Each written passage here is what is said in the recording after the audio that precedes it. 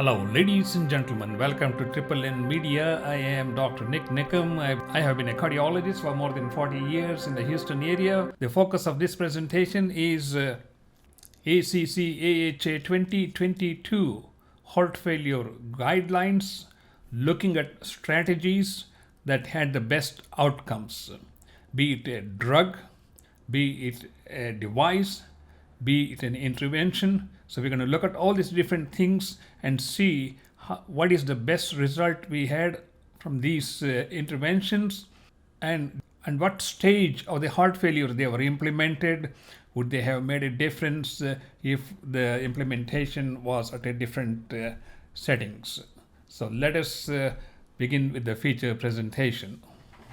As I mentioned, this data is taken from the ACC AHA 2022 Heart Failure Guidelines, and you can get a copy of that PDF by just Googling the title Heart Failure ACC AHA 2022 Guidelines. And here is a chart that was produced in that guidelines, which I would like to go over. These are all different drugs and devices that were used in patients with heart failure at various stages of their New York Heart Association classification or the structural classification from A to D, and see what kind of relative risk reduction in all-cause mortalities were noted in these studies. Let us start off with ACE or ARBs. You can follow my green arrow here. Let us start off with ACE or ARBs.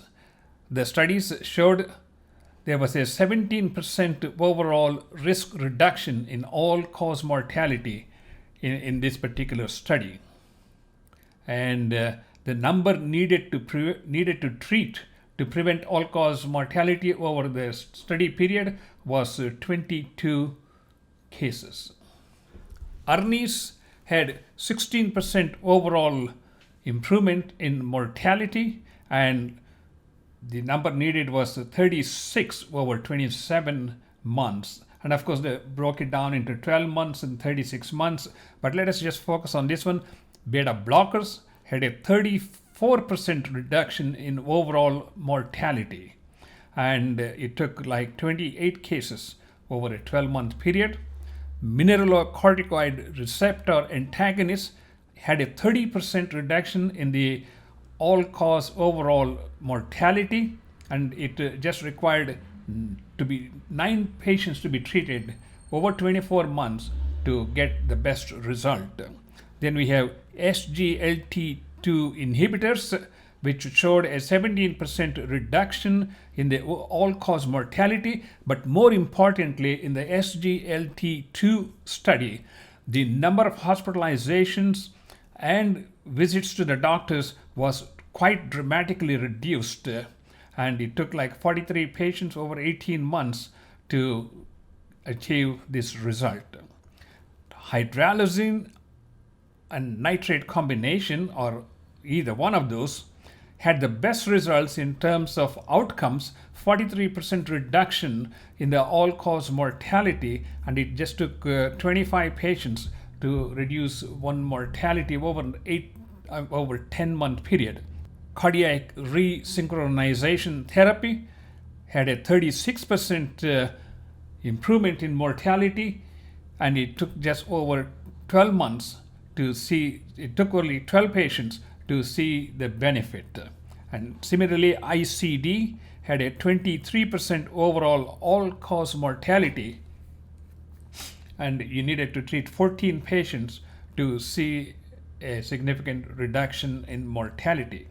These are all drugs which we commonly use in patients with heart failure, and we routinely use them. And let us see as if we are using them at the appropriate stage of heart failure, and if there's any way we can further get better improvements in the overall all-cause mortality, especially in patients with the mineralocorticoids, and I'll explain to you as to why.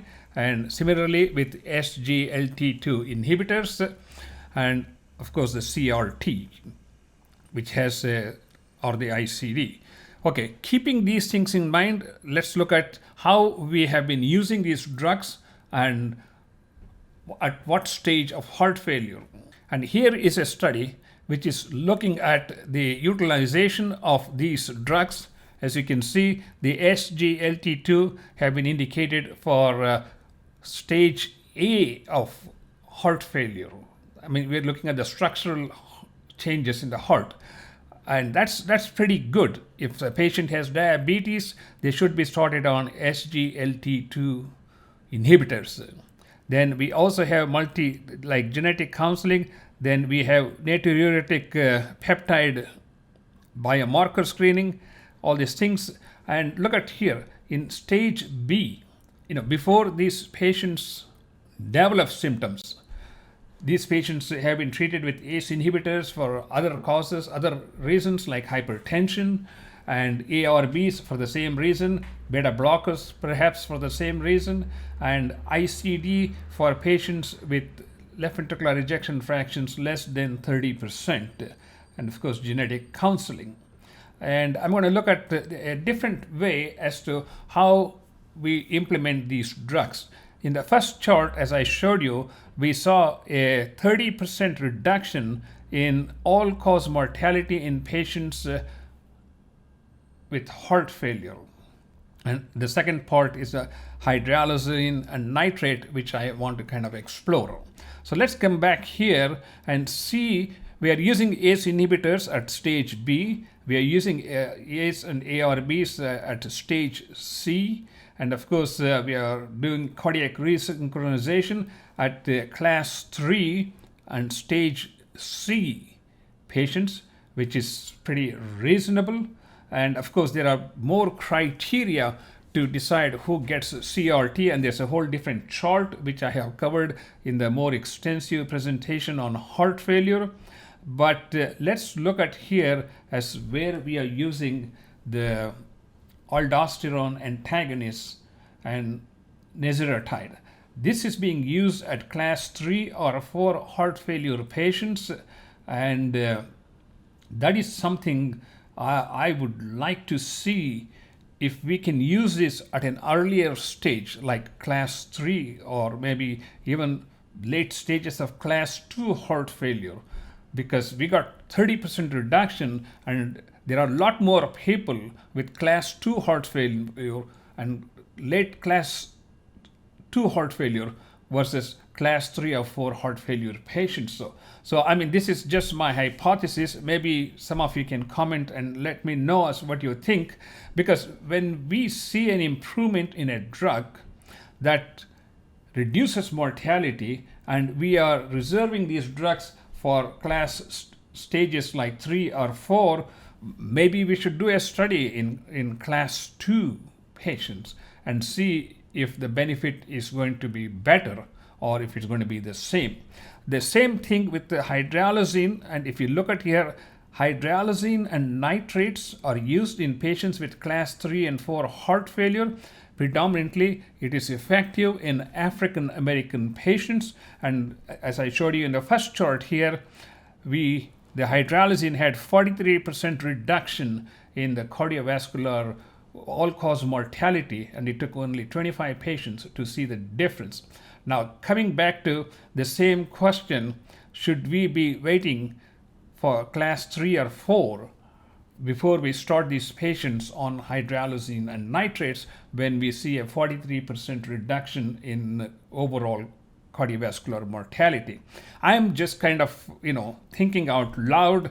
Maybe some of the experts may tell us, would it help to use this combination, especially in the African American population where we found the best outcomes, if we start using them early in an earlier stage, like maybe stage 2 or late stage 2 heart failure, so we can maximize the benefit.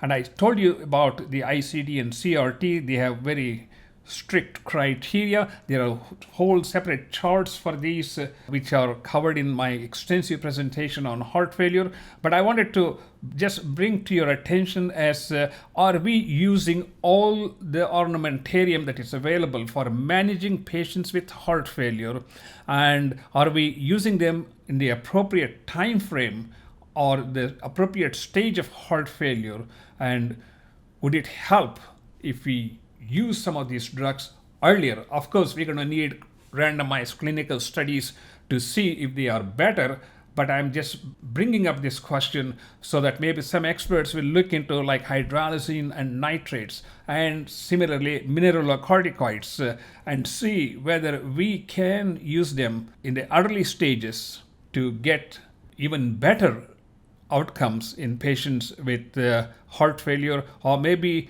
decrease the rate of progression of their symptoms related to the heart failure. So ladies and gentlemen, this is a very quick review of the strategies, devices, drugs, and interventions that had the best outcomes in terms of reducing overall mortality. And I have raised several questions about whether these agents need to be used in early stages of heart failure so we can maximize the outcomes in those patients in the long run. Thank you so much for watching this presentation, and please do subscribe to our YouTube channel, and I will see you in the next presentation. Before I go, I just want to tell you I have a long playlist of all the ACC AHA guidelines covering many different topics in cardiology. Please watch them, and please do refer them to your friends and colleagues who can greatly benefit from these short videos that covers several different topics on ACC AHA guidelines. I will see you in the next presentation. Thank you so much.